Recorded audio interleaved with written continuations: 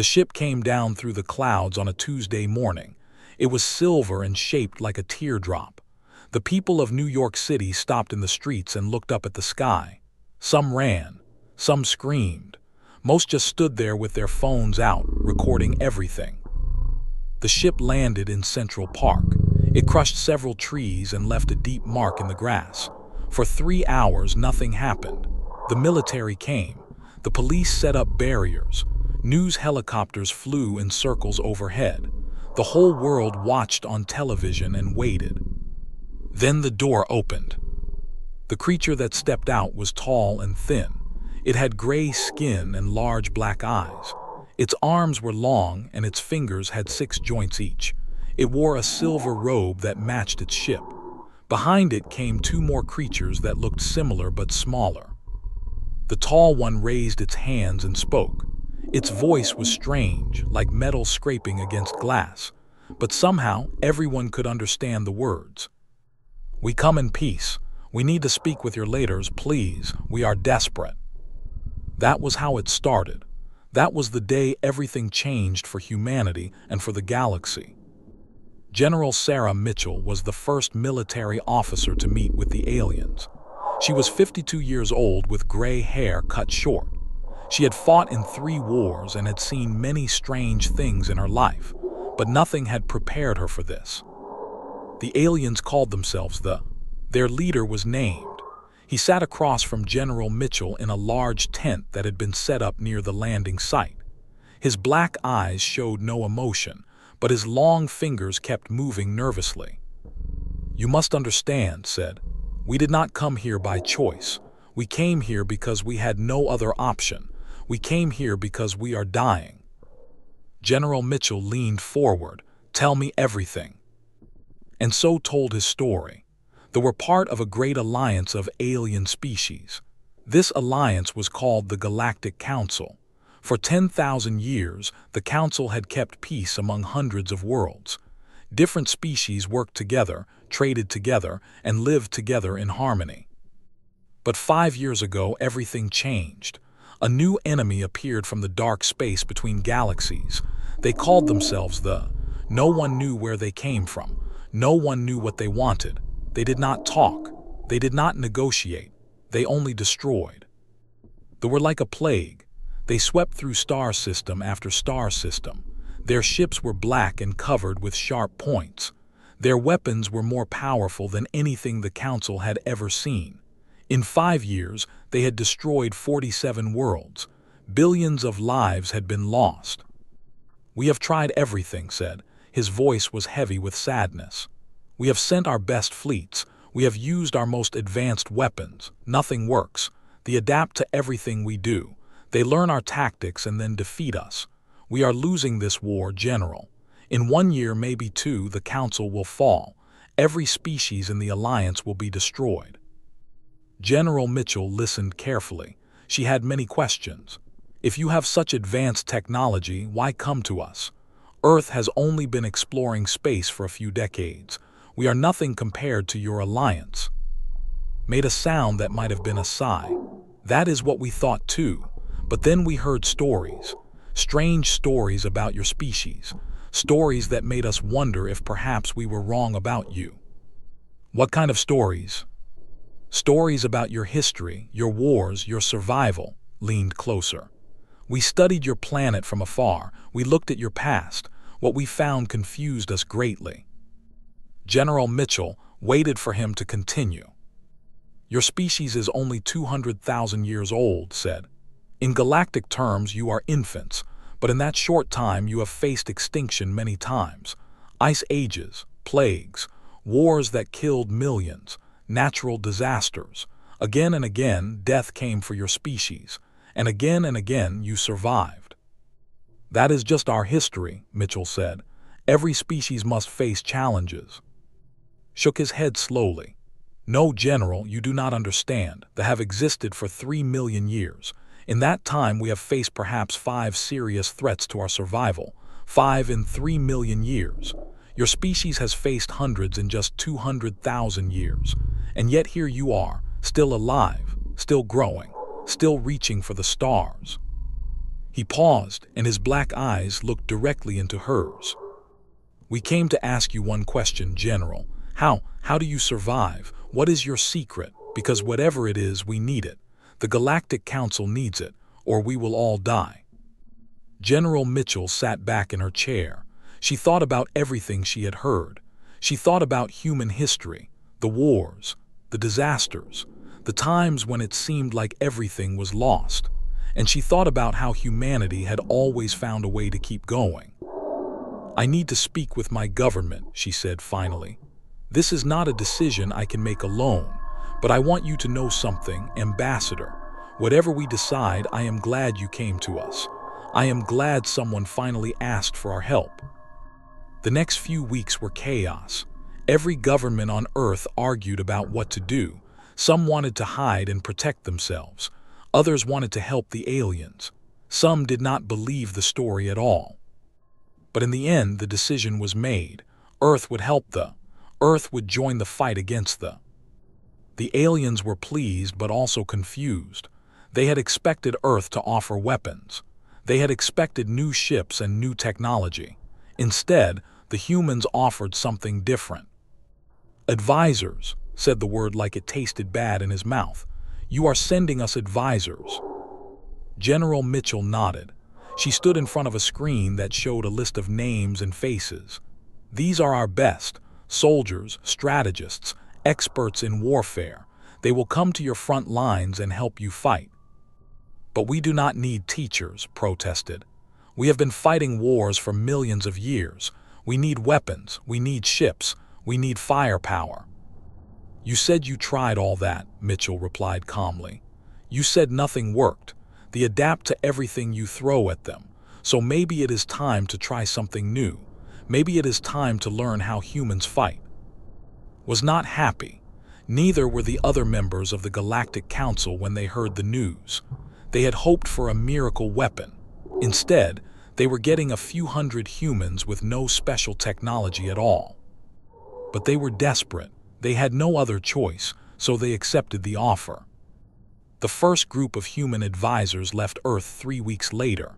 There were 150 of them, soldiers from every country, veterans of every conflict, men and women who had spent their lives studying war. Leading them was Colonel James Drake. He was 45 years old with dark skin and eyes that had seen too much death. He had fought in mountains and deserts and jungles. He had been shot twice and stabbed once. He walked with a slight limp from an old injury that never healed right. When the transport ship left Earth's atmosphere, Drake looked out the window at the blue planet below. He wondered if he would ever see it again. Then he turned away and focused on the mission ahead. The journey to the front lines took 2 weeks. The human advisors traveled on a ship called the Bright Hope. It was a beautiful ship, all smooth curves and soft lights.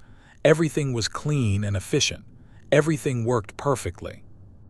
Drake noticed that the crew moved in very organized ways. They followed schedules exactly. They performed their duties the same way every time. There was no variation, no creativity, no surprises.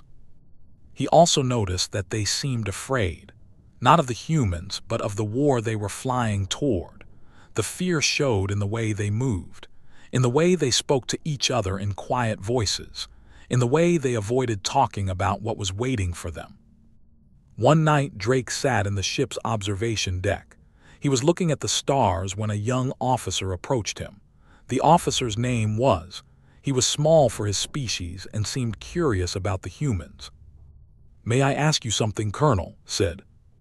Drake nodded. "Go ahead." "Why did you come? You could have stayed safe on your planet. The do not know Earth exists. You could have hidden and survived. Why risk everything to help us?" Drake thought about the question for a long moment. Then he smiled slightly. "Let me tell you a story," he said. "A long time ago on Earth there was a great war, the biggest war in our history.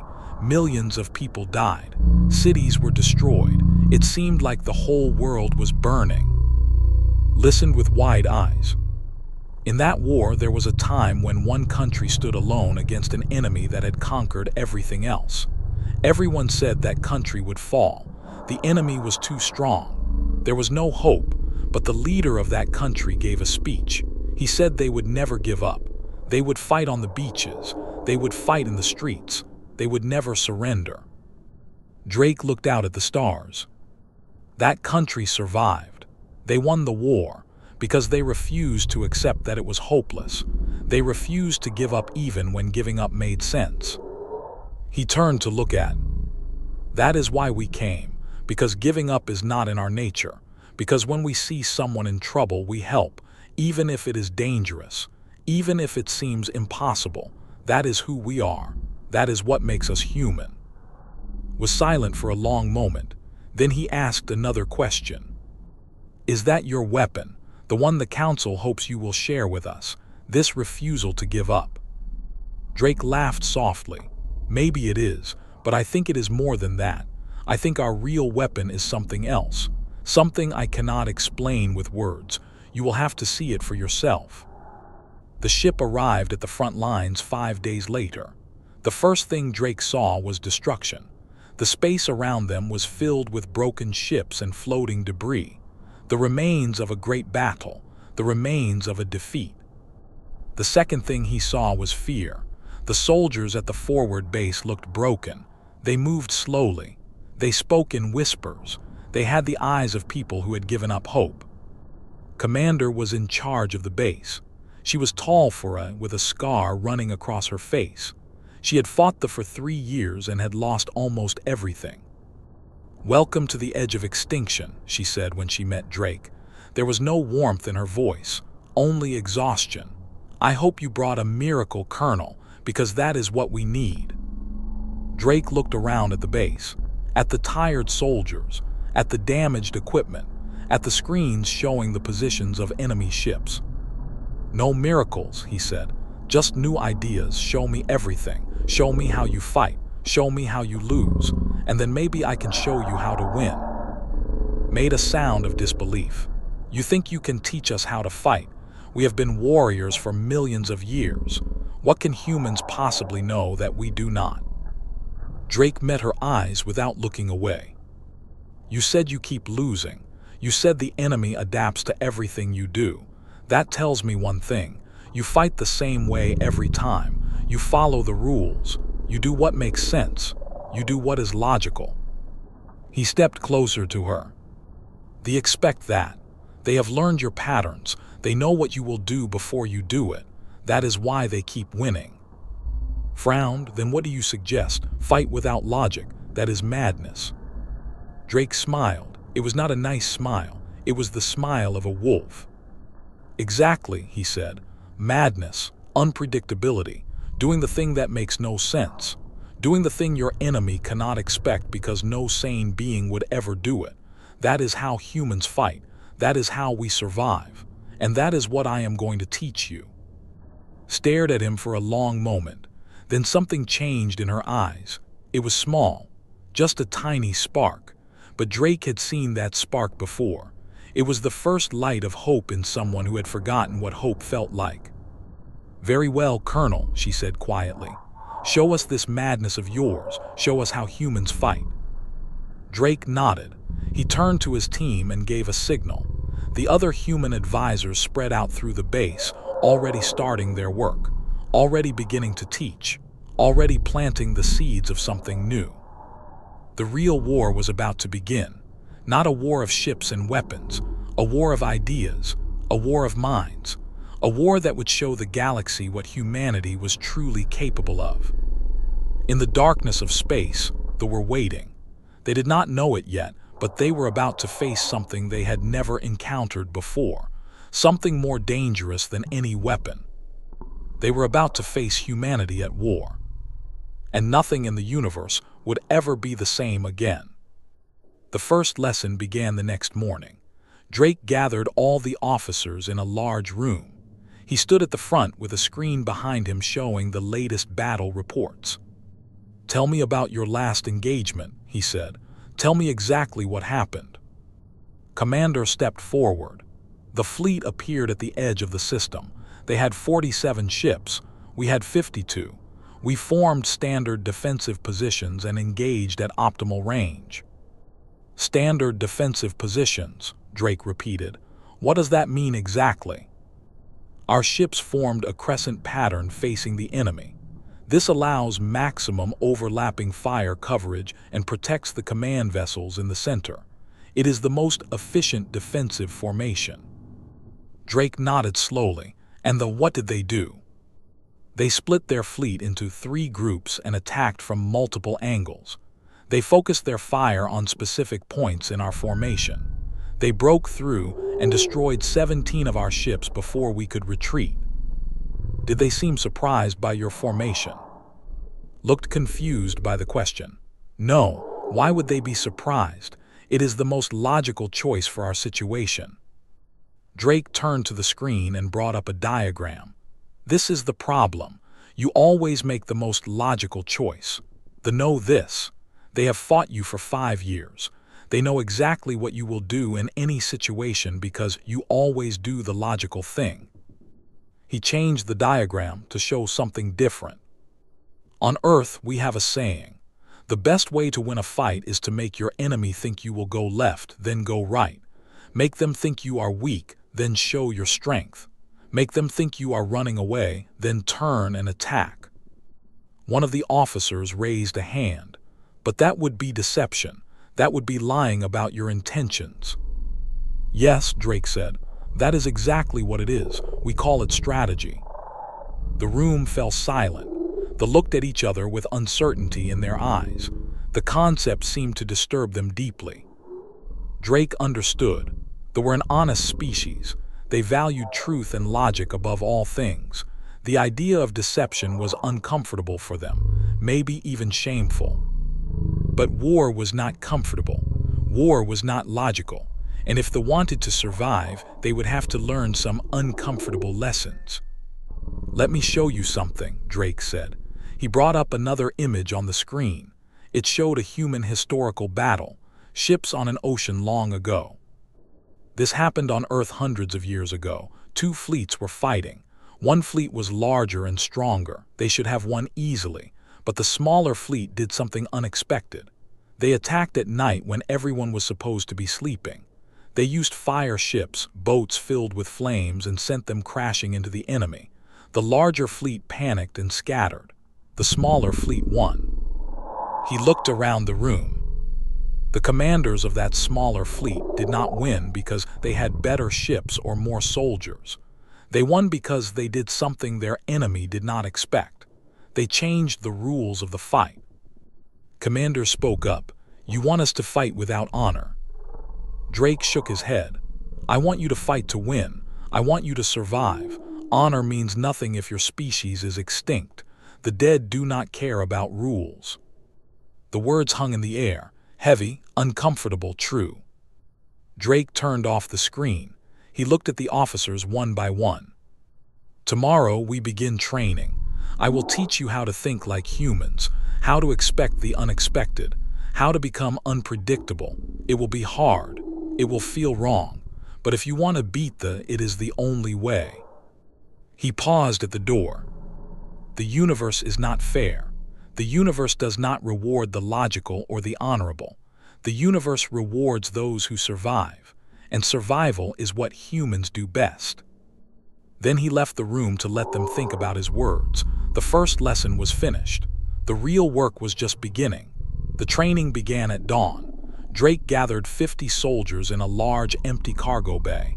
The humans had cleared out all the equipment and painted lines on the floor. They looked confused. They had expected weapons training or tactical simulations.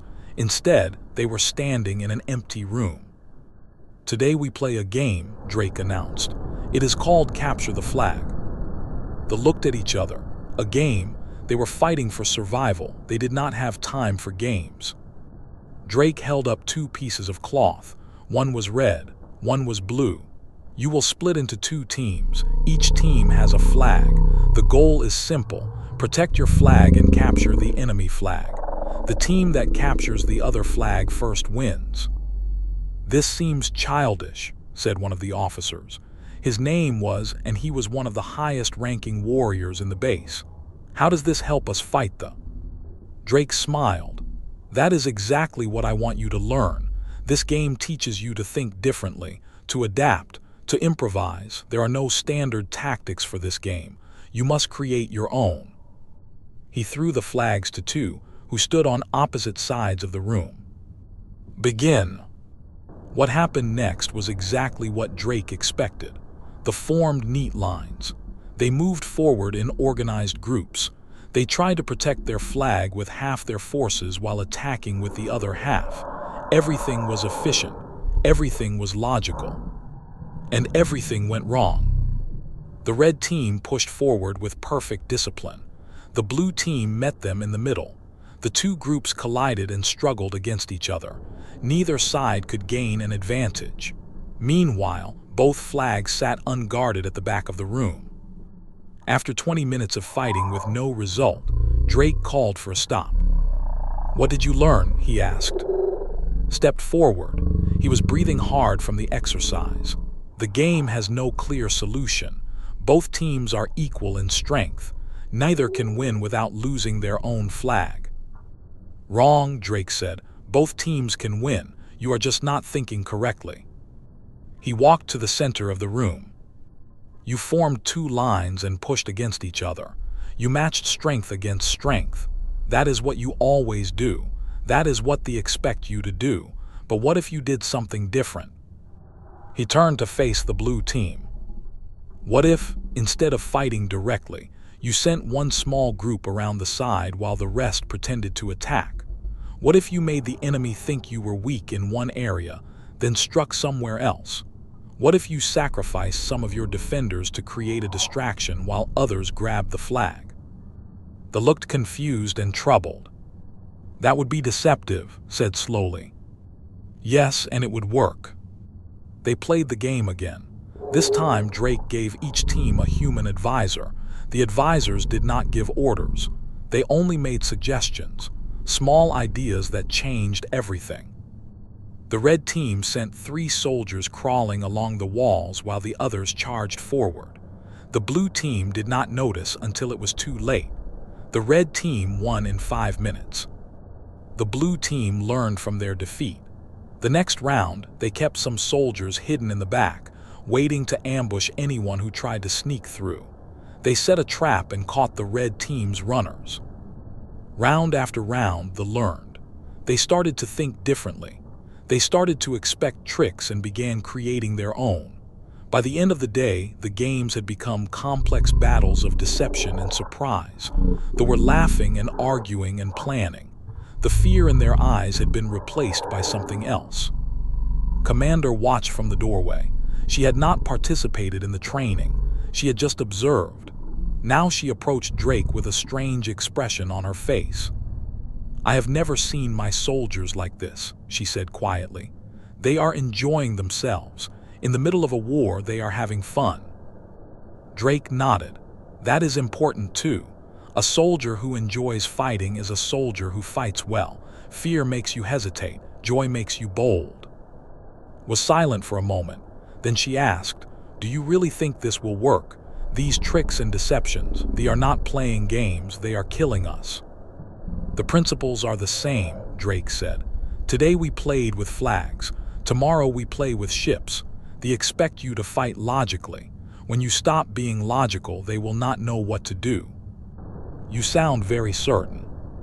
Drake looked at her directly. "I have fought many enemies in my life. Some were stronger than me, some were smarter, some had better weapons, but I am still alive and they are not. Do you know why?" Shook her head. "Because I never fought fair. I never did what they expected. I always found a way to change the game. And that is what we are going to teach your people to do." The training continued for 3 weeks. Every day brought new lessons. The humans taught them about ambushes and traps. They taught them about feints and false retreats. They taught them about psychological warfare, making the enemy afraid before the battle even started. Some lessons were simple: how to hide the true number of your forces, how to make a small group look like a large army, how to spread false information that would reach enemy ears. Other lessons were more complex: how to identify patterns in enemy behavior and use those patterns against them, how to create situations where the enemy would make predictable choices, then punish them for those choices. The hardest lesson was about sacrifice. They believed in protecting every soldier. They would never willingly send someone into danger if there was any other option, but war sometimes required sacrifice. Sometimes you had to lose a small battle to win a larger war. Drake gathered the officers one night to explain this concept. He told them about a human battle from long ago where a small group of soldiers held a narrow pass against an enormous army. They knew they would die. They went anyway. Their sacrifice gave their allies time to prepare and eventually win the war. 300 warriors held back thousands, Drake said. They all died, but their deaths meant victory for everyone else. They were troubled by this story. The idea of deliberately sacrificing soldiers went against everything they believed. How do you ask someone to die for a plan? Asked. How do you look them in the eyes and tell them they will not survive? Drake's face grew serious. You tell them the truth. You tell them why it matters, and then you let them choose. In my experience, when the cause is worthy and the need is real, humans step forward. They volunteer. They sacrifice themselves so others can live. Do all humans think this way? No, not all, but enough. Enough that when the moment comes, someone is always willing to stand in the fire so others can escape. Was quiet for a long moment, then he spoke slowly. Among my people we call such willingness the death wish. It is considered a sickness, a failure of logical thinking. We try to cure it. Among my people, Drake replied, we call it courage. We build statues to honor it. The training changed Drake could see it in the way they moved. They stood, they spoke louder. The despair that had covered them like a heavy blanket was lifting. Hope was returning. But hope was not enough. They needed a victory. They needed to prove that the new tactics actually worked against them. The opportunity came sooner than expected. Scout ships reported a small patrol entering the system. 5 ships, not a major threat but enough to cause damage. In the past, they would have formed defensive positions and waited for the attack. This time, Drake suggested something different. Let us go to them, he said during the strategy meeting. Let us attack before they expect it. Commander studied the tactical display. The ships were still far away, moving slowly through the outer system. They seemed to be searching for something. Attack them.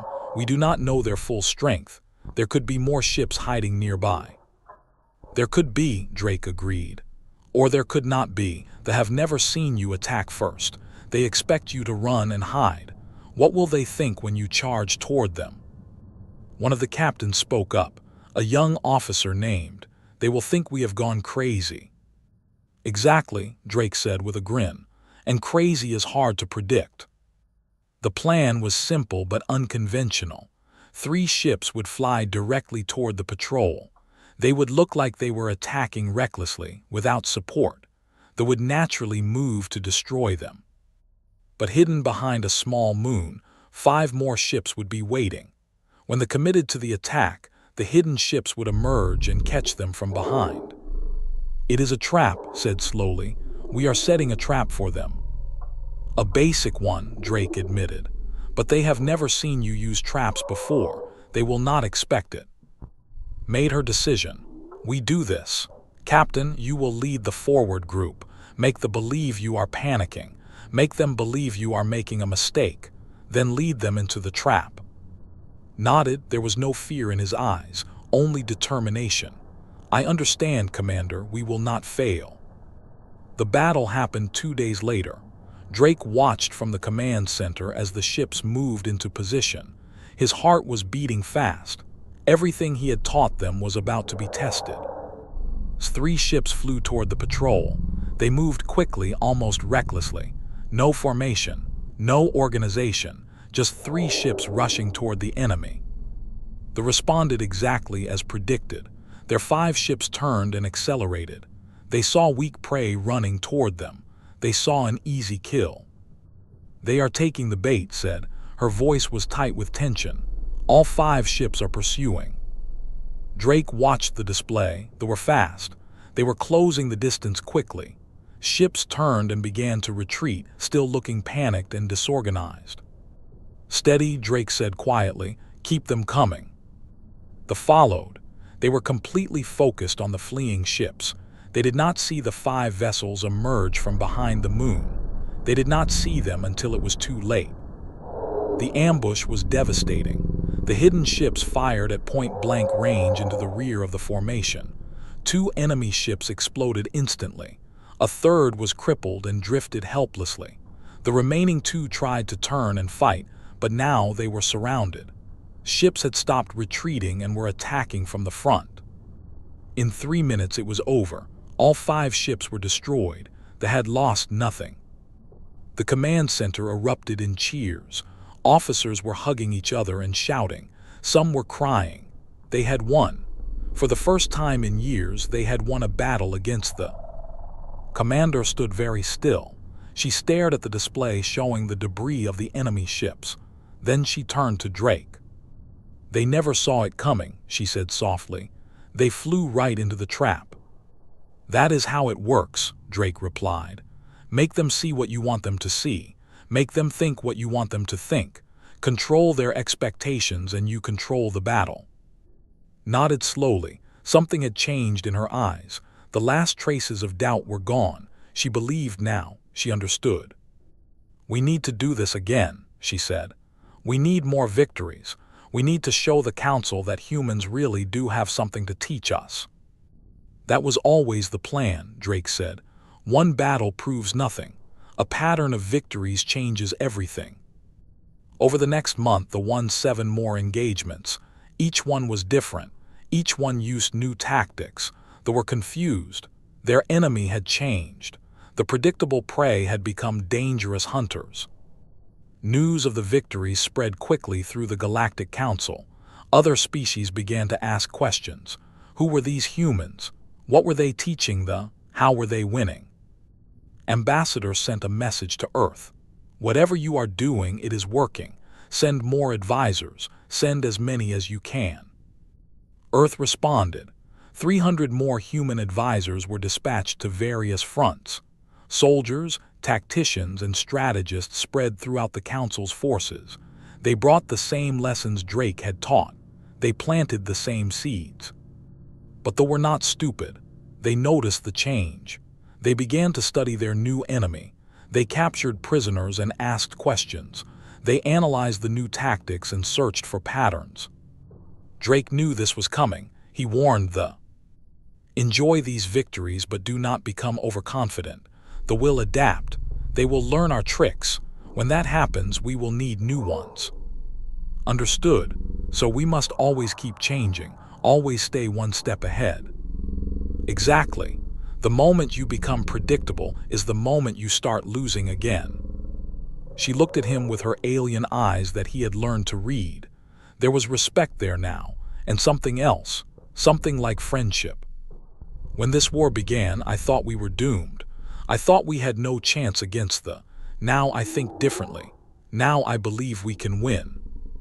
"Why?" Drake asked. "Because of you, because of your people. You have shown us that strength is not just about weapons and ships. It is about thinking. It is about creativity. It is about refusing to accept defeat." She paused. "You have given us something we lost long ago, something we did not even know we were missing." "What is that?" "Hope," said simply. "Real hope. Not the desperate hope of those who have nothing else, but the confident hope of those who have found a new path." Drake looked out the window at the stars. Somewhere out there they were regrouping, planning, learning. The war was far from over. The real challenges were still to come. But was right. Something had changed. The Council species were no longer passive victims waiting to be destroyed. They were fighting back. They were learning to think like humans, and that made them dangerous. "They have never faced anything like this," Drake said. "They have conquered hundreds of worlds because those worlds fought in predictable ways. They have never met a species that refuses to play by the rules." And now they have met humanity, said. Now they have met humanity, Drake agreed, and they have no idea what they are dealing with. The first human advisor to die was Sergeant Maria Santos. She was 34 years old from Brazil. She had been teaching a group of pilots new evasion techniques when a raiding party attacked the training facility. Santos did not run. She stayed with her students and helped them reach the escape ships. She held off long enough for 30 to evacuate. Then her position was overrun. When Drake heard the news, he felt the familiar weight of loss settle in his chest. He had known Santos for 10 years. She had been a good soldier and a better person. But he did not have time to mourn. They had attacked a training facility. That meant they knew about the advisors. They were targeting the humans specifically. They understand, Drake told. They know we are the ones changing things. They will try to kill us all. Looked worried. Should we move the advisors somewhere safer? Drake shook his head. That would mean hiding. That would mean fear. My people do not hide. We do what Santos did. We stay and we fight and we show your people what courage looks like. They held a ceremony for Santos. It was the first time they had honored a human in one of their sacred rituals.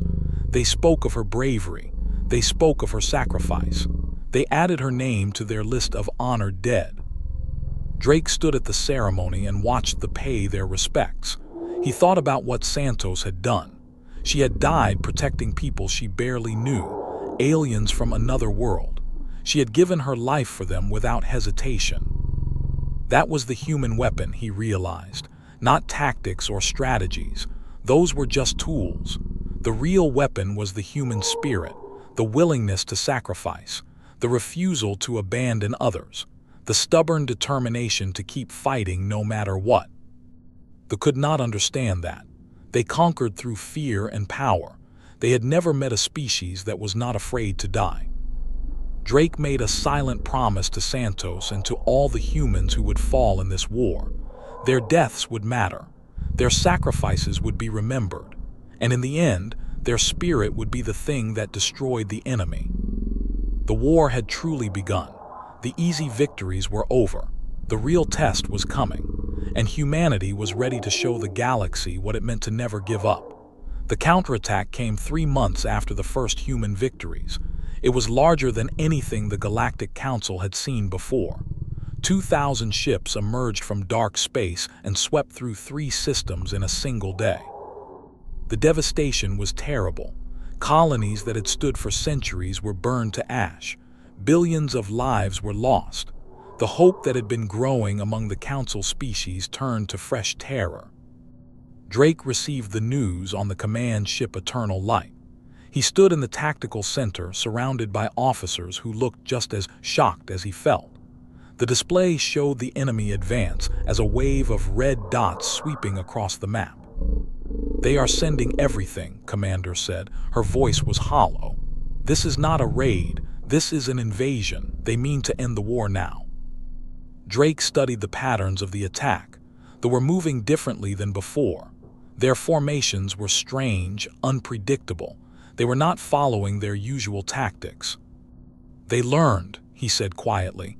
"They watched what we did and they learned from it." "What do you mean?" "Look at their movements." Drake pointed to the display. "No patterns, no standard formations. They are doing what we taught you to do. They are being unpredictable." The room fell silent. They understood what this meant. The advantage they had gained was gone. They had adapted to human tactics and were now using similar methods against them. "Then we have failed," one officer said. "They have beaten us again." "No," Drake's voice was sharp. "We have not failed. They have learned to copy our tricks. That does not mean they have learned to think like us." "What is the difference?" Drake turned to face the room. His eyes were hard but not hopeless. "Anyone can learn to set a trap. Anyone can learn to use deception. But there is something else, something deeper, something they cannot copy because they do not understand it." He paused, gathering his thoughts. "You asked me once what humanity's real weapon is. I told you that you would have to see it for yourself. Now is the time. Watch what happens next and you will understand. The human advisors were scattered across the war front when they attacked. Some were with fleets. Some were at ground bases. Some were on worlds that fell within hours. The reports that came back told the same story.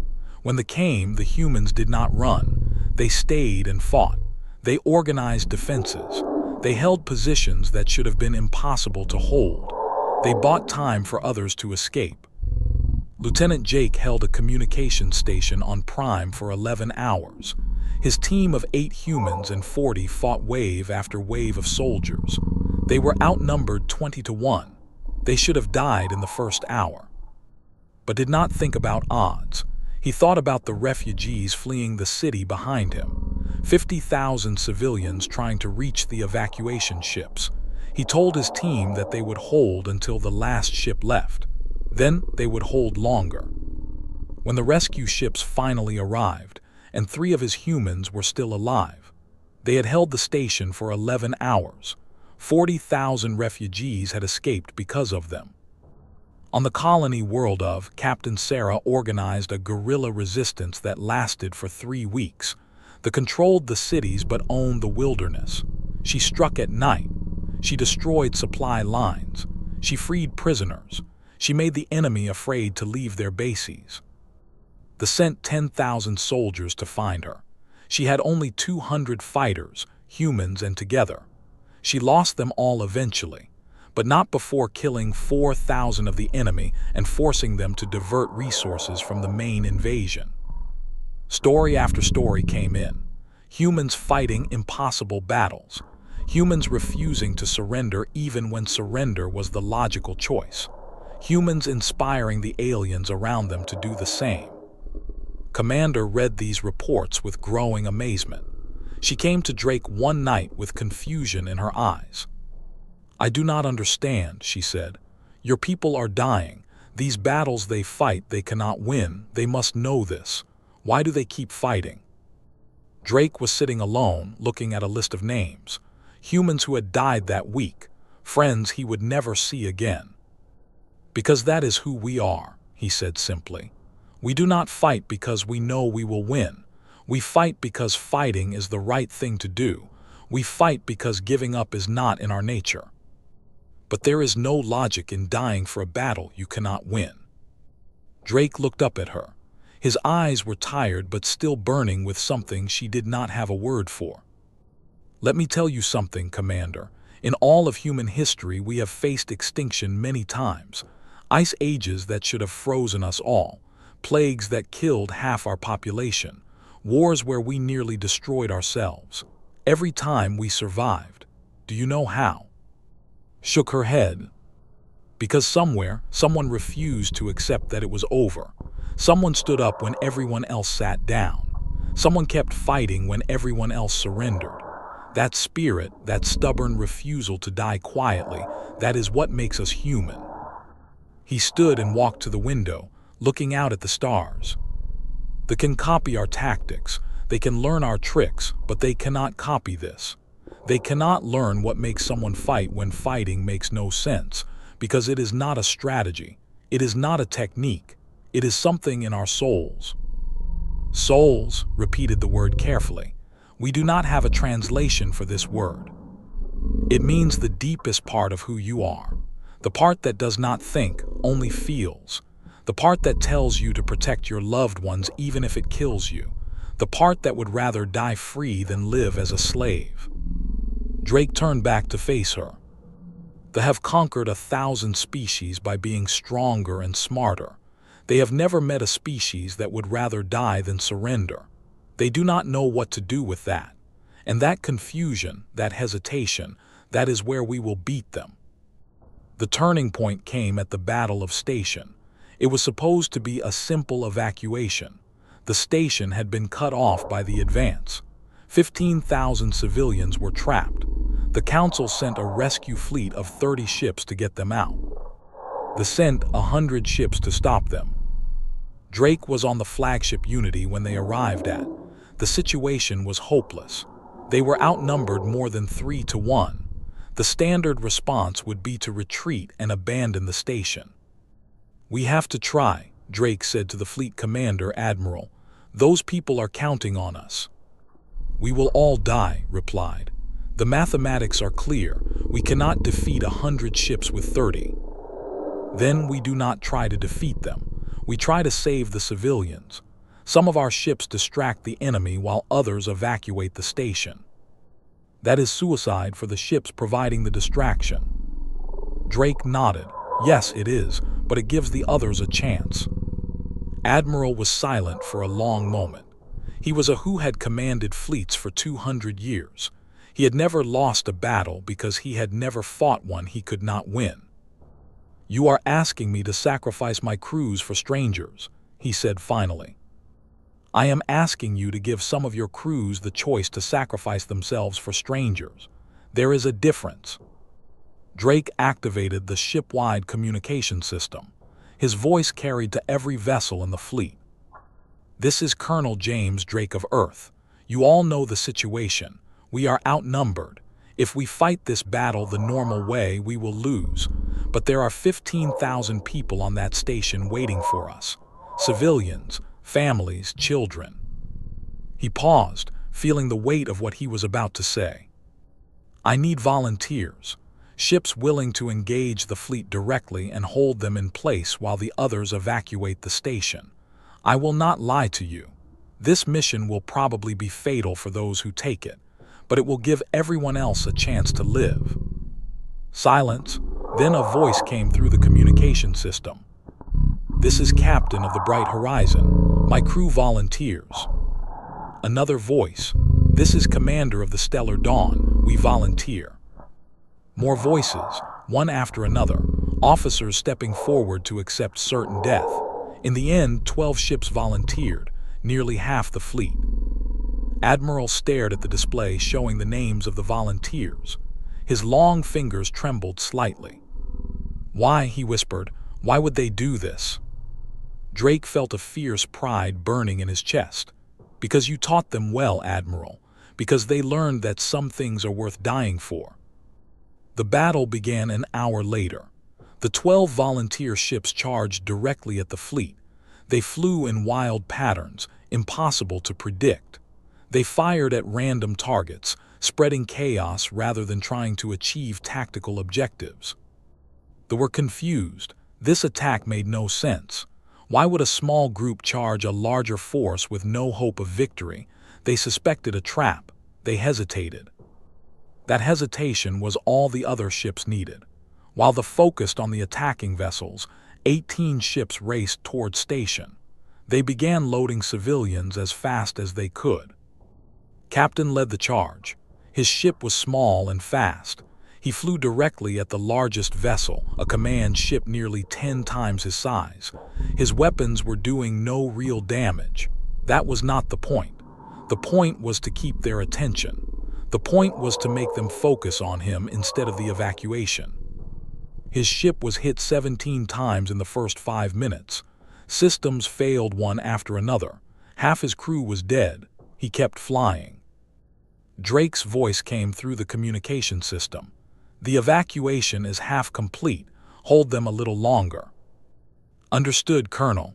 His voice was calm despite everything. "We will hold." More ships fell.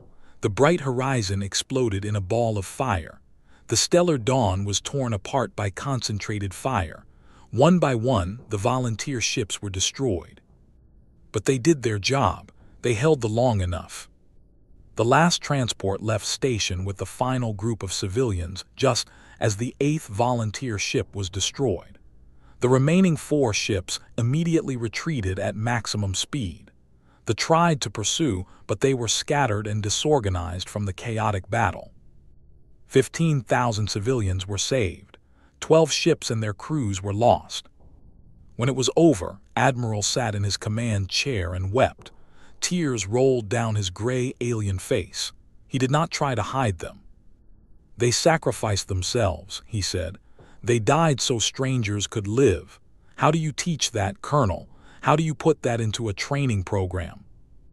Drake sat beside him. He felt empty, hollow. The victory had cost so much. "You cannot teach it," he said quietly. "You can only show it. You can only demonstrate what courage looks like and hope others find it in themselves." They will not understand this. They will think we were foolish to sacrifice trained crews for common civilians. Yes, they will think that, and that is exactly why they will lose in the end. Looked at him. "You really believe that, after today, after all the death?" Drake thought about Captain flying directly at a ship that could destroy him instantly. He thought about Commander ordering his crew to hold the line when escape was still possible. He thought about all the humans and who had chosen to die so others could live. "I believe it more than ever," he said, "because today I saw something that we'll never see. I saw courage that made no logical sense. I saw sacrifice that served no strategic purpose. I saw people choosing to be heroes because it was the right thing to do, not because it would help them win."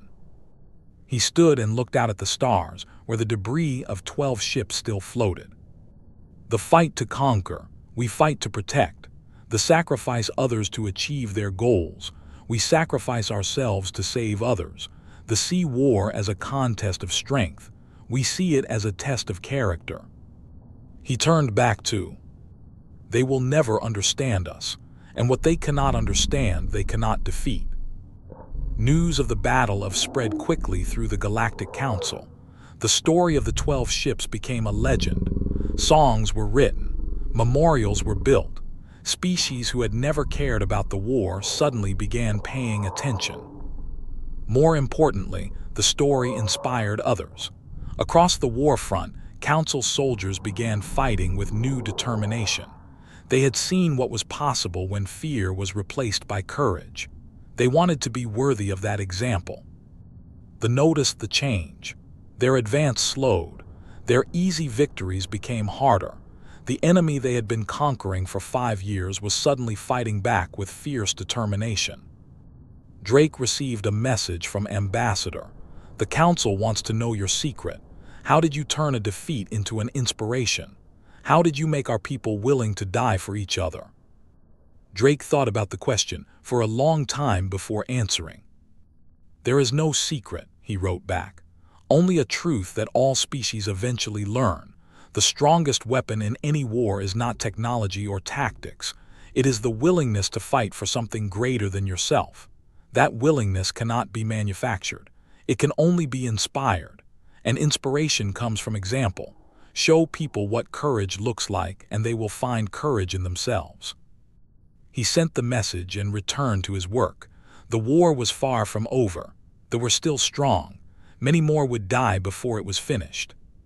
But something had changed. The hopelessness that had gripped the Council was gone. In its place was determination, will, the fierce stubbornness that refused to accept defeat. Humanity had given the galaxy something more valuable than weapons or ships. They had given them something to believe in, something worth fighting for. And that, Drake knew, was the beginning of the end for the. They had started a war thinking they were fighting against weakness. Now they were learning the terrible truth. They were fighting against hope itself. And hope, in the hands of those willing to die for it, was unstoppable. 6 months after the battle, Drake stood before the full Galactic Council. The chamber was enormous, designed to hold representatives from hundreds of species. Today it was packed with aliens of every shape and size, all staring at the lone human in the center of the room. Ambassador introduced him. "This is Colonel James Drake of Earth. He has been leading our human advisors since they first arrived. The Council has asked him to present his assessment of the war." Drake looked around the chamber. He saw hope in some eyes, fear in others, doubt in many. These beings controlled the fate of countless worlds. They needed to understand what he was about to tell them. "They can be beaten," he began. His voice echoed through the vast space. "We have proven this. Every day our forces win battles that should have been impossible. Every day the enemy loses ground they thought was secure." Murmurs rippled through the chamber. Some of the representatives leaned forward with interest. "But winning battles is not enough. We need to win the war. And to do that we need to do something bold, something that we'll never expect. He activated a holographic display showing a star map. One point glowed bright red. This is Prime, the home world, the center of their empire, the source of their power. The chamber erupted in noise. Representatives shouted in a dozen languages. The idea of attacking the home world was insane, impossible, suicidal. Drake waited for the noise to die down. I know what you are thinking. The defenses around are the strongest in the galaxy. No fleet could survive long enough to reach the planet. Any attack would be a waste of resources we cannot afford to lose. He changed the display to show a smaller group of ships. That is why we will not send a fleet. We will send a single strike team. Small, fast, invisible, we will slip through their defenses and strike at the heart of their empire. More shouting, more chaos. One representative, a tall being with blue scales, stood and demanded attention. What possible damage could a small team do to an entire world? This is madness. Drake smiled. It was not a pleasant smile. We are not going to attack their world. We are going to attack their leader. They have a single ruler who controls everything, a being they call the Supreme Mind. Every order in their empire flows from this one individual. Kill the Supreme Mind and they will fall into chaos. Silence fell over the chamber. The idea was radical, dangerous, but it made a certain terrible sense. How do you know this will work? Another representative asked.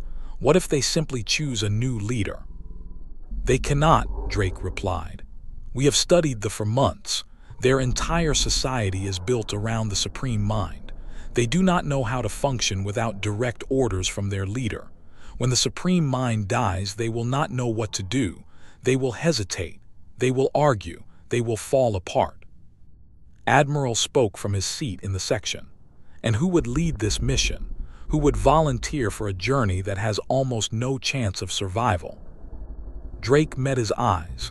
I will lead it, along with volunteers from every species in the council. This will not be a human mission. It will be a council mission. We will show that all of us stand together. The debate lasted for 3 days. Many opposed the plan. They called it desperate, foolish, a waste of good soldiers. But in the end, the council approved it. They had no better options. The war was slowly being lost despite all the victories. Something dramatic was needed to change the course of history. Drake began selecting his team. He wanted the best fighters from every species. He wanted individuals who were willing to die for the mission but clever enough to survive if possible. The final team had 24 members, 8 humans, 4 warriors with their stone-like skin, 3 engineers who could build weapons from scrap, 2 assassins who could move through shadows unseen, and 1 philosopher who had studied the mind for decades. They gathered on a ship called the Final Hope. Drake stood before them and told them the truth. Most of us will probably die on this mission. The odds of success are small. The odds of survival are smaller. I will not pretend otherwise. He looked at each face in turn.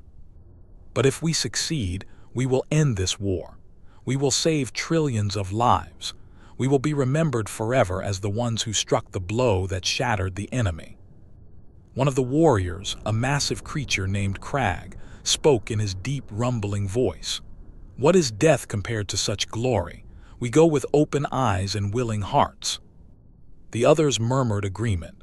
Drake felt a surge of pride. These beings had learned well. They had found the human spirit within themselves. The journey took 4 weeks. They traveled through back routes and hidden paths. They avoided patrols. They moved like ghosts through enemy territory. During the journey, Drake spent time with each member of the team. He learned their stories. He understood their reasons for volunteering. Each one had lost something to the family, friends, entire worlds. Commander had insisted on joining the mission. Drake had argued against it, but she would not be. You taught me what courage means, she told him. Now I will show you that I learned the lesson. I will not send others to die while I stay safe on a command ship. Her second in command, cousin, was also part of the team. He wanted to honor his relative's sacrifice by finishing what he started. The human team members were all volunteers from the advisor program. Each one had survived impossible battles. Each one had proven their worth many times over. Maria was there, though everyone had thought she died on. She had survived somehow and spent months recovering from her wounds. When she heard about the mission, she demanded to be included. "I have unfinished business with she said simply. Drake did not argue. They reached the system and immediately faced their first challenge. The defenses were even stronger than they expected. Thousands of ships patrolled every approach. Weapons platforms filled every gap. Nothing larger than a meteor could get through. But they had planned for this. The final hope was not built for fighting. It was built for hiding. Its surface was covered with materials that absorbed sensor signals. Its engines ran on systems that produced almost no heat. In the darkness of space, it was nearly invisible. They moved slowly, carefully. Every hour brought them closer to the planet. Every moment carried the risk of discovery. On the third day in the system, they had their first close call. A patrol passed within 1,000 meters of their position. Everyone on the ship held their breath. The seconds stretched into eternity. The patrol moved on. They had not been seen. "Too close," whispered the young engineer who was monitoring their stealth systems. "If they had used active scanning, they would have found us." "They did not expect anyone to be this deep in their territory," Drake replied. "That is our advantage. They believe they are safe here." The closer they got to the planet, the more dangerous it became. The defenses grew thicker. The patrols became more frequent, but they kept moving, kept hiding, kept surviving. Finally, they reached orbit above Prime. The planet below was covered in metal structures and glowing machinery. It did not look like a world anymore. It looked like a vast factory. "The supreme mind is in the central complex," said the philosopher who had studied the enemy. "It is connected to every system on the planet, every ship in the fleet, every soldier in the Empire. All the commands flow from that one location." Drake studied the surface scans. The central complex was enormous, a mountain of twisted metal and pulsing lights. Getting inside would be nearly impossible. "We have one advantage," he said. "They have never had intruders reach this far. Their security is designed to stop fleets, not small teams. Once we are on the surface, they may not know how to respond." The team prepared for the landing. They put on stealth suits that would hide them from sensors. They checked their weapons one final time. They said whatever prayers their species believed in. The drop pods launched just after midnight local time. 12 small capsules fell through the atmosphere toward the enemy planet. Half were decoys designed to draw attention. The other half carried the strike team. Drake felt the heat and pressure as his pod screamed through the air. Through a small window, he could see the alien world rushing up to meet him. In a few minutes, he would either be on the surface or dead. The pod hit the ground hard. Drake was thrown against his restraints, but the suit absorbed most of the impact. He opened the hatch and climbed out into a nightmare landscape of metal and smoke. The others were landing nearby. He counted heads as they gathered. 22 out of 24. 2 pods had been hit during descent. 2 more team members lost before the mission truly began. There was no time to mourn. They had work to do. The journey to the central complex took 6 hours. They moved through tunnels and maintenance shafts, avoiding the soldiers who marched everywhere in perfect formation. The philosopher guided them, reading the alien signs and understanding the enemy patterns. They encountered guards twice. Both times, the assassins handled the problem before anyone could sound an alarm. The soldiers died silently, never knowing what killed them. As they got closer to the complex, the defenses grew stronger. Sensors covered every surface. Guard posts appeared at every junction. The team moved slower and slower, finding narrower and narrower paths through the security. "There," whispered, pointing to a massive door that pulsed with strange light. "Beyond that is the chamber of the Supreme Mind." Drake looked at the door. It was sealed with locks that seemed to have no visible mechanism. Around it stood 20 soldiers in heavy armor. "Ideas?" he asked. Stepped forward. Distraction. Half of us draw the guards away, the other half breaks through the door. "Can we break through that door?" The engineers examined it from a distance. "We can try, no guarantees." "Then that is what we do. Take half the team and create chaos. Make as much noise as possible. Draw every guard in the area to your position." Nodded. "What about our escape?" Drake met her eyes. "There may not be an escape, you know that."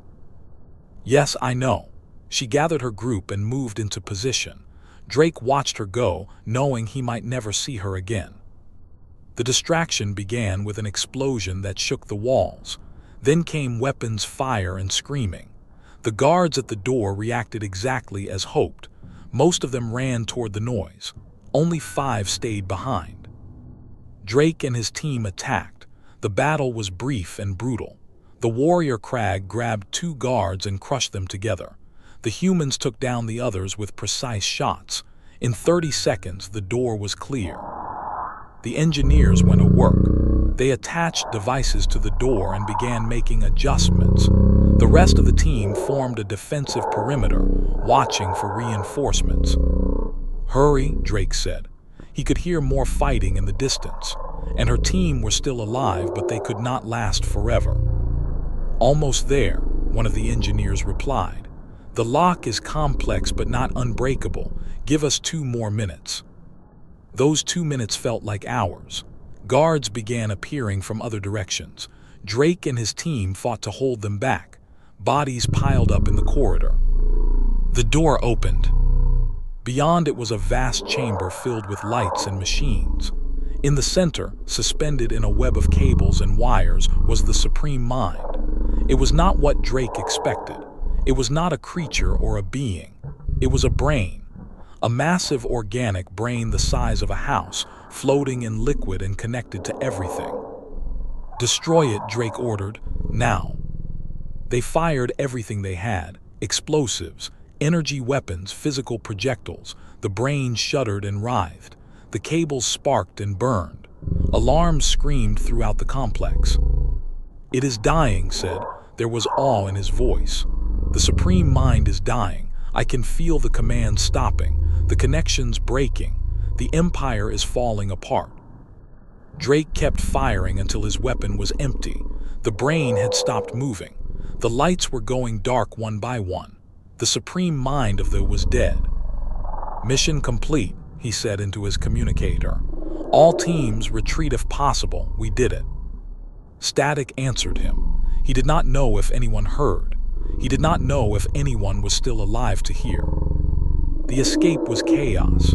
The soldiers on were confused and directionless without the Supreme Mind to guide them.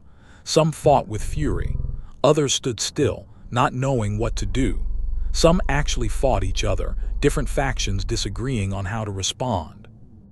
Drake led his remaining team through the chaos. They fought their way back to the surface. They reached their emergency extraction point just as a council rescue ship arrived. It was not supposed to be there. The odds of rescue had been almost zero, but someone had sent help anyway. As the ship lifted off and escaped the planet, Drake looked down at the chaos below. The Empire was collapsing before his eyes. Ships were firing on each other. Communications were breaking down. The perfect unity that had made them unstoppable was shattering. "We did it," said. She was wounded and exhausted but smiling. "We actually did it." Drake nodded. They had lost 12 team members, was alive but badly injured. Crag had given his life holding a corridor so others could escape. Half the engineers were dead. But the Supreme Mind was gone. They would never recover. The war was not over. There would be more battles, more death, more sacrifice. But the outcome was no longer in doubt. The galaxy would survive. And everyone would remember who made it possible. Not just humans, not just the Council species. Everyone who had fought and died for something greater than themselves. The final hope had lived up to its name. Against all odds, hope had triumphed. Drake closed his eyes and allowed himself to rest for the first time in months. Tomorrow would bring new challenges, but for now, in this moment, they had won. The galaxy was safe. Humanity had proven itself, and they had learned the terrible truth about their enemy. Some weapons could not be defeated, some spirits could not be broken, some hope could not be killed. And when such things stood against you, no matter how strong you were, you would fall. The death of the Supreme Mind changed everything, but it did not end the war immediately. The Empire shattered into a dozen factions, each one led by a regional commander who wanted to become the new leader. They fought each other as much as they fought the Council, but they still had thousands of ships and millions of soldiers. The war continued. Drake spent 3 months recovering from the mission too. His wounds healed slowly. The doctors said he was lucky to be alive. He did not feel lucky. He felt the weight of every person who had died under his command. Commander recovered in the bed next to his. Her injuries were worse than his, but her will was stronger. She was walking before the doctors allowed it. She was planning the next campaign before she could hold a weapon. "They are retreating everywhere," she told Drake one afternoon. "Without the Supreme Mind, they cannot coordinate their fleets. Our forces are pushing them back system by system." "But they will not surrender," Drake said. He had studied the enemy long enough to know their nature. Even broken, they will fight. Pride will not let them accept defeat. "Then we must defeat them completely. We must show them that resistance is hopeless." Drake nodded. He knew what was coming. The final battle. The last confrontation that would decide the fate of the galaxy. It was approaching fast. The factions eventually stopped fighting each other. A new leader emerged from the chaos. He called himself the Successor, and he united the remaining forces under his command. He was not as powerful as the Supreme Mind, but he was determined to avenge the old leader's death. The Successor gathered every ship and soldier still loyal to the cause. He assembled an armada of 1,500 vessels at the edge of Council space. Then he sent a message. "Face us in battle. Bring everything you have. Let us end this war with one final fight. The winner takes everything. The loser is destroyed forever." The Council debated for days. Many wanted to refuse the challenge. They had the advantage now. Why risk everything on a single battle? Drake addressed the assembly. His body was still healing, but his voice was strong. "We have to accept, not because it is smart, but because it is right. The challenge is about honor. If we refuse, they will think we are cowards. They will keep fighting for years, hoping we will eventually make a mistake." He paused and looked around the chamber. "But if we face them and win, we break their spirit completely. They will know that even at their strongest, they could not beat us. They will know that there is no hope of victory. And then, finally, they will stop fighting." Admiral stood to speak. He had become a fierce supporter of human methods since. "I agree with Colonel Drake. We must end this properly. The galaxy deserves peace. Our children deserve to grow up without the shadow of war over their heads. Let us finish this." The vote was close, but in the end the Council agreed. They would accept the challenge. The final battle took place in a system with no name, just a number on star charts. The Council assembled everything they had. 2,000 ships from 100 different species, the largest fleet in the history of the galaxy. Drake was given command of the human contingent. 300 ships crewed entirely by humans. Earth had sent everything they could spare. This was the moment humanity would prove itself forever. Commanded the fleet from the flagship Eternal Victory. She had recovered enough to lead, though she still walked with a limp. Her officers had begged her to stay behind. She refused. "I started this journey as a defeated commander waiting to die," she told Drake before the battle. "Now I will end it as a victor. I owe that to everyone we lost along the way." The two fleets faced each other across 1,000,000 kilometers of empty space. The Armada was a wall of black ships bristling with weapons. The Council fleet was a rainbow of different designs and colors, each species contributing their best. The successor sent one final message. "This is your last chance to surrender. Give us the humans who killed the Supreme Mind and we will spare the rest." Drake replied for the Council, "Come and take them." The battle began with a roar of engines and weapons fire. The two fleets crashed together like waves meeting in a storm. Ships exploded. Debris filled the void. Death was everywhere. Drake commanded from the bridge of the ship Earth's Pride. He watched the tactical display and gave orders with calm precision. Years of combat had taught him to stay focused even in chaos. They fought with desperate fury. They knew this was their last chance. If they lost here, their empire would collapse forever. They held nothing back. But the Council forces had something that did not. They had unity, they had hope, and they had the human spirit that refused to accept defeat. The turning point came 3 hours into the battle. The commander sent his heaviest ships against the center of the Council formation. It was a brutal strategy meant to break through the line and split the fleet in two. Drake saw it coming. He gathered the human ships and moved to intercept. "All human vessels," he commanded, "form around me. We stop them here." 300 ships positioned themselves directly in the path of the assault. They were outnumbered and the math said they should lose. But math did not account for human stubbornness. The heavy ships slammed into the human formation. The battle became a grinding fight at point-blank range. Ships traded fire so close they could almost touch. Humans died by the thousands, but they did not retreat. They held their ground and fought with everything they had. Ship was destroyed, but she escaped in a pod and was picked up by another vessel. She immediately took command and kept fighting. Who had grown from a nervous young officer to a skilled captain, led a squadron against a dreadnought 3 times his size. He lost 4 ships but destroyed the dreadnought in the end. One by one, the human ships fell. 200 became 100, 100 became 50, 50 became 20. But they held. They stopped the assault in its tracks. The enemy heavy ships could not break through. Drake's ship was badly damaged. Half his crew was dead. One engine was gone. Life support was failing. He kept fighting. "Admiral," he said into the communication system, "now is the time. Hit them from the side while they are focused on us." Had been waiting with the reserve fleet, 500 ships that had stayed out of the main battle. Now they struck at the flank with full force.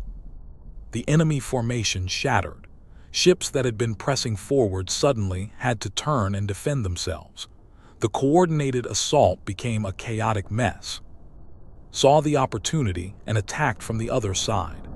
The ships drove deep into the line, aiming directly for the successor's command vessel. The successor tried to rally his forces.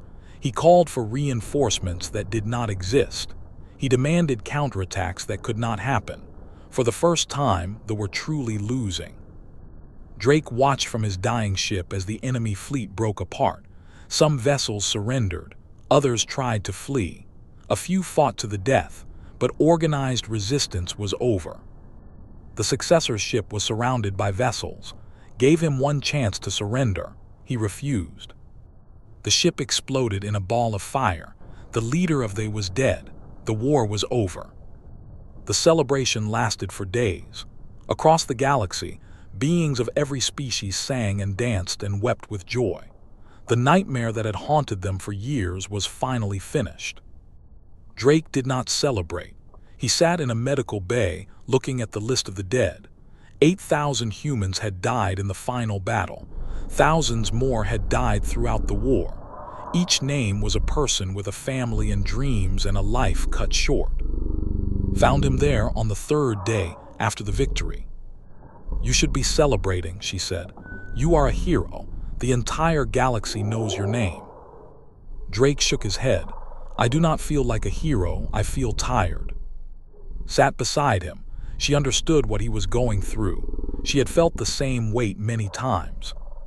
"What you did was necessary," she said gently. "Without you, without your people, we would all be dead. The would have conquered everything. Trillions of lives would have been lost." "I know, but it does not make the grief any easier." They sat together in silence for a long time. Two warriors who had seen too much death.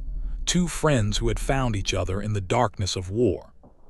"What happens now?" asked eventually. Drake thought about the question. "We rebuild, we heal, we try to create something good from all the suffering." "And humanity, what will happen to your people?" Drake smiled slightly. "We go home, we tell our children about the war, we try to remember the lessons we learned here. The galaxy will not forget you, the council will not forget you." "I know, that is what worries me sometimes." Looked at him with confusion. "Why would that worry you?" Drake stood and walked to the window. Outside, he could see repair ships working on damaged vessels, life continuing despite everything. Before the war, humanity was unknown. We were a small species on a small planet just beginning to explore the stars. Now everyone knows us. Everyone has opinions about us. Some see us as heroes, others may see us as dangerous. He turned back to face her. "We showed the galaxy what humans can do when we fight. We showed them our creativity, our stubbornness, our refusal to surrender. These are our strengths, but they can also make others afraid." Nodded slowly. "You are worried about the future, about how other species will treat humanity now that they know what you are capable of." "I am worried about everything. That is what soldiers do when the war ends. We worry about what comes next." The formal ceremony took place 1 month after the final battle. Every species in the council sent representatives. They gathered in the great chamber where Drake had first proposed the mission to. Drake stood before them wearing a new uniform. His wounds had healed. His hair had turned gray during the war, but his eyes were still sharp and bright. Ambassador spoke first. "We gathered here years ago to ask humanity for help. We were desperate. We were dying. We did not know if anyone could save us." He turned to face Drake. "We asked you what your secret was, how you survived when others fell. You did not answer us directly. You said we would have to see for ourselves. Now we have seen." The chamber was completely silent. Every being listened intently. Humanity's weapon is not technology. It is not tactics. It is not even your famous stubbornness, though that is certainly part of it. Paused for a long moment. "Your weapon is your spirit, the thing inside you that refuses to accept defeat, the thing that makes you stand up when falling down makes more sense, the thing that makes you sacrifice yourselves for strangers you will never meet." He walked down from his podium and stood before Drake. "We cannot copy this weapon. We cannot buy it or build it, but you have shown us that we can learn it. You have inspired billions of beings across the galaxy to find that same spirit within themselves. That is your greatest gift to us. Not victory in war, but the knowledge that victory is always possible if we refuse to give up." Drake felt emotion rising in his chest. He had not expected this. He had expected medals and speeches. He had not expected understanding. "Thank you," he said simply. "But the victory belongs to everyone who fought, humans and all the others. We won together." "Yes," agreed. "We won together, and that is perhaps the most important lesson of all. Alone, any species can fall. Together, we are unstoppable." The ceremony ended with the council offering humanity a permanent seat. No longer observers or visitors, full members with equal voice and vote. Earth accepted the honor with humble pride. Drake returned home 3 months later. He had spent years away from the planet of his birth. The blue oceans and green continents looked beautiful from orbit. He had forgotten how beautiful. A shuttle took him down to a landing pad in New York, not far from where the first ship had landed years ago. A crowd was waiting, thousands of people cheering and waving flags. He walked through the crowd slowly, shaking hands and accepting gratitude. He saw children looking at him with wonder in their eyes. He saw veterans who understood what he had been through. He saw a world that had been changed forever by its contact with the galaxy. At the edge of the crowd, he spotted someone familiar, an old woman in a wheelchair, attended by a young nurse, his mother. She was 83 years old and had watched every report from the war with fear and hope. Drake walked to her and knelt beside the wheelchair. No words were necessary. She simply reached out and touched his face, feeling the new lines and scars that war had left there. "You came back," she whispered. "I promised I would," he replied. They stayed like that for a long moment while the crowd celebrated around them. A soldier who had saved the galaxy, a mother who had never stopped believing. Later that night, Drake stood alone on a balcony overlooking the city. The lights of New York sparkled below him. Somewhere up there, beyond the clouds and the atmosphere, the galaxy was continuing. They were rebuilding. The other species were returning to their lives. The war was becoming history. He thought about everything that had happened. The battles, the deaths, the victories, the friendships formed with beings he had never imagined meeting, the lessons he had learned about courage and sacrifice and hope. Humanity had been tested and proven worthy. They had shown the galaxy what it meant to be human, and in doing so, they had discovered something about themselves. The universe was vast and full of dangers. There would be other threats, other challenges, other moments when everything seemed lost. But now humanity knew they could face anything, not because they were stronger or smarter than everyone else, but because they carried within them a fire that could not be extinguished, a determination that could not be broken, a hope that could survive any darkness. That was humanity's true weapon. That was what made them dangerous, and that was what would carry them forward into whatever the future held. Drake smiled and looked up at the stars. Somewhere out there was probably doing the same thing, looking at the sky and thinking about all they had shared, all they had lost, all they had gained. The war was over. Peace had come, but the story of humanity was just beginning. And it would be a story worth telling for 1,000 generations to come. The galaxy had learned to fear humanity. They had also learned to love them, and in the end, that was all that mattered. Because the most dangerous weapon in the universe was not a bomb or a ship or an army.